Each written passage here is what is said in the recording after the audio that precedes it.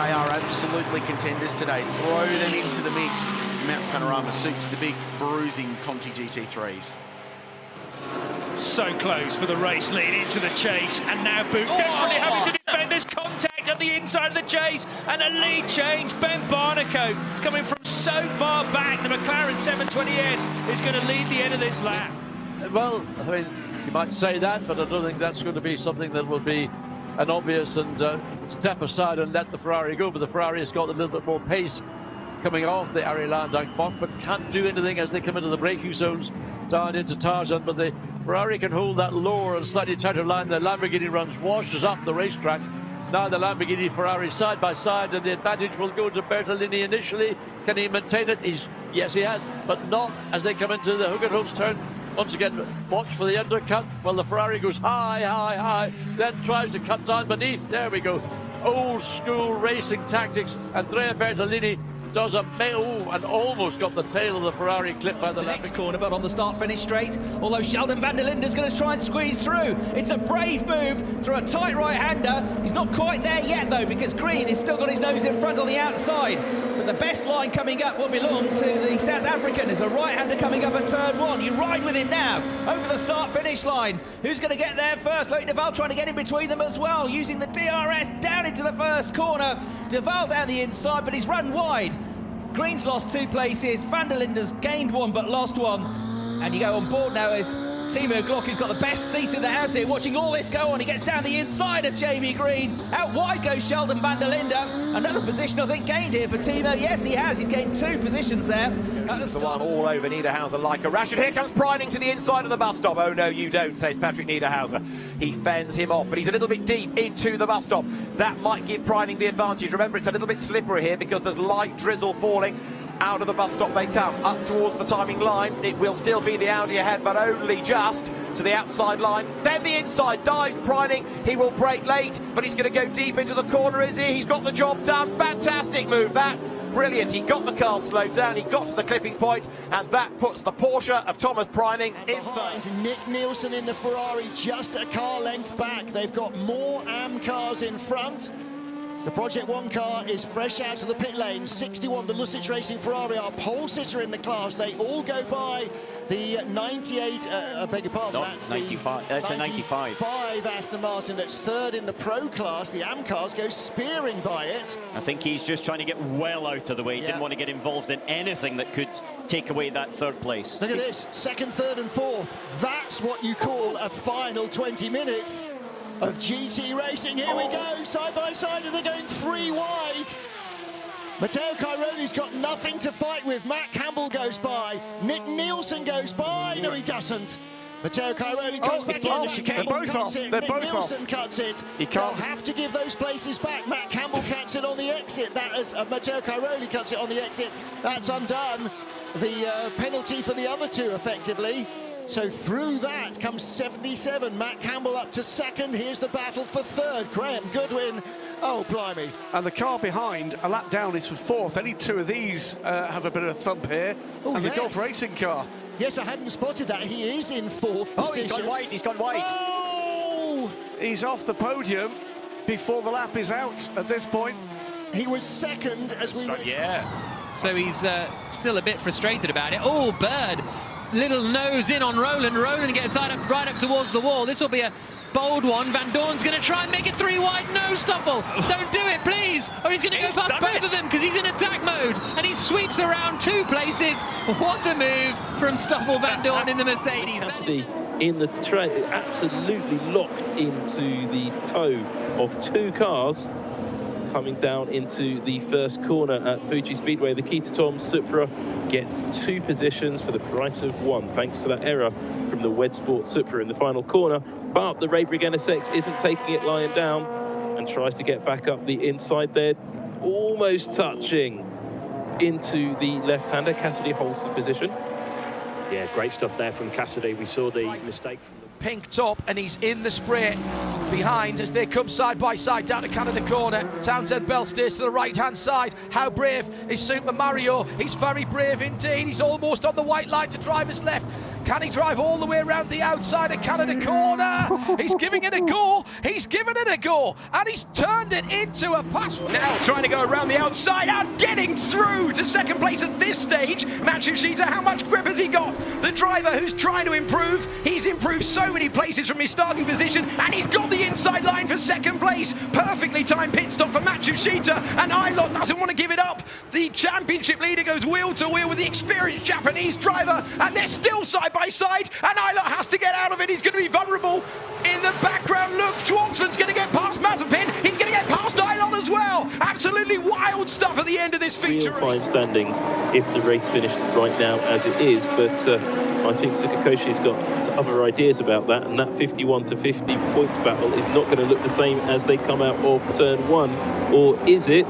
As Matsuda goes defensive, he's got the inside line, but I think Tsukakoshi's got this done. He has, but is Matsuda going to come back at him? I think he will, but not yet. And he's got to watch his rear end, because there is the keeper Tom's Supra trying to get battle done on both of them.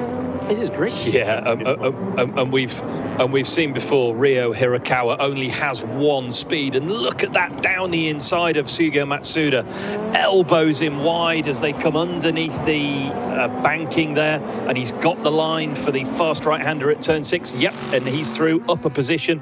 Shugo Matsuda drops down a position. That on NBC. Here comes Rinus VeeKay on a fellow rookie. Oh boy, these guys all raced Indy Lights together. Look at this. On the bottom, each other hard. Look at this. What a move. Unbelievable. Yeah, that's Road America all over again. What he did in the carousel, he just whipped around the outside. Right behind, bit of contact maybe onto the brakes, and Rast just can't find, no matter what he does, he can't find the inside, but Lotter is in big energy trouble. Look at that, 1% of usable energy remaining. It's going to be a little bit too close, isn't this, for Lotter? Whoa, Rast goes for it there. What a bold move from Rene Rast. It hasn't really worked out. Lotter comes to squeeze him, and Rast gets the move done, gets the inside. Lotter is not rest with that one. They're still side by side. Oh my, there's more contact. Rast is going to feed him out into the wall here, and he's up into third. Aggressive race driver, a young guy who's on a long career path, coming again, goes to the left. So look, Maro Engel now, he's forcing Engel to stay as tight. Now there's a smart little bit of move. That bodywork will be rubbing. Can he get round the outside this time? He has. Wow, well done, well executed, excellent racing between the two of them. Well, he thought about that for several laps, and what I noticed up ahead as Engel tries to fight back, but he's not got the quicker line of the exit of Bose, but he's still pushing. They're losing ground all the time, but they had a line of back markers up ahead to try and pick up, but Engel doesn't take no, does he? That's what I said. It wasn't, unfortunately, but Thor in the middle of Bousset didn't have the pace into them, but got it back now into the penultimate corner. Runs wide again, so watch this undercut coming off the final turn. The Mercedes will have a better drive, whether they'll have the grunt to be able to get up alongside. And Van Thor's now going to give a dose of the same medicine, but the Mercedes is pulling ahead. Nothing Van Thor can do. Except Van Thor will keep on going down the inside. He's not prepared to offer much of an angle for Engel to turn in, so that was dogged. So that overtaking manoeuvre, that was effectively spread across about 7 corners, John. Nearly half Hinchcliffe. His wing's fine at this point, Paul. Oh. Just did he have happened there? No, he's going to drive. Oh!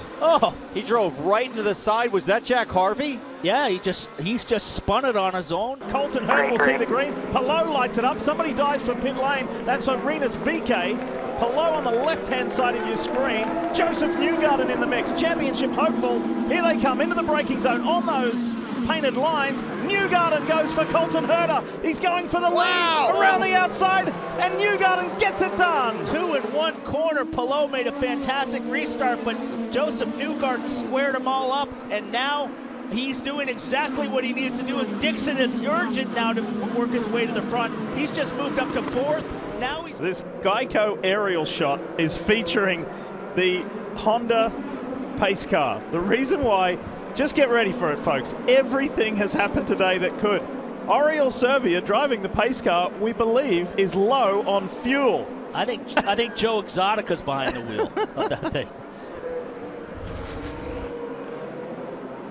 So Newgarden apparently is going to control the field. How about handing the advantage to the leader as the pace car comes in? Watch this on your right-hand side. IndyCar official is going to point him that way. Servia carries on. I'm not sure if he knew where the fuel was. Well, that car doesn't run on ethanol. It's got to go get gasoline, so there's nothing in the pit lane for him. You might as well just take one of the generators on pit lane, try to dump it in the tank. Maybe Marco Andretti's or somebody else that's out. Going green next time. Final lap of the third round of the Super GT Championship 2020, and what a race it has been. But it's not over yet. The Leon Mason Mercedes truck go around the outside. This is where he's slow, and the AMG trying to get up the side of the BRZ.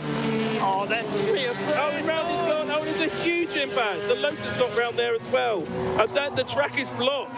The track is blocked. Where are the GT500 cars? So, middle lap, 500 cars are in the coming round to complete the second sector. So they're through, but hopefully we'll stay with this battle, because the Lotus is tried to gone too wide into the hairpin there. We're all trying to get the Nissan. The Subaru wheel to wheel through Matcha. There's a left-hander to come. He's in the right position. The Lotus is there as well, as is another GTR. The Subaru's going to dive up the inside, but we know JP's going to shut the door. The Lotus is trying to get the advantage. They touch. The Lotus goes through. They're three wide on the exit of Spoon. The Lotus gets the position, as does the Subaru. Here comes the other Nissan. JP Oliveira's losing.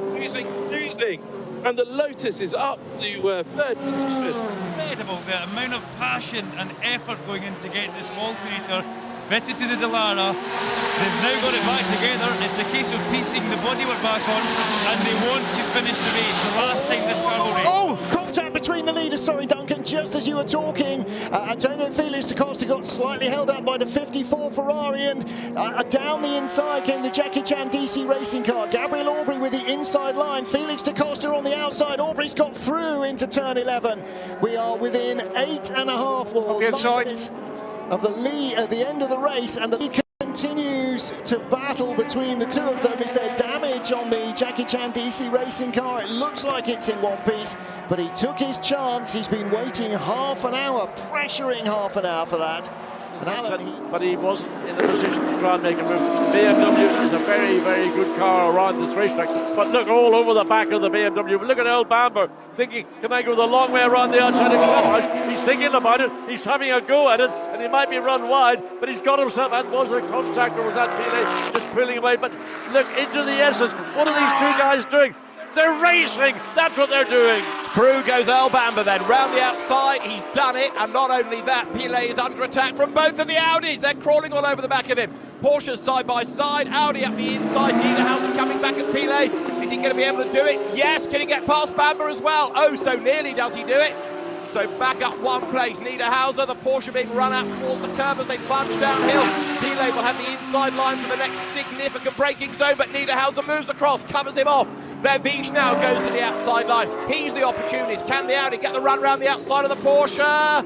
Just about, but then the road will come back to Pilet. Look on the inside line, and Patrick Pilet hangs on to the place. Fantastic racing, but El Bamber underlining yet again that he is the great opportunist.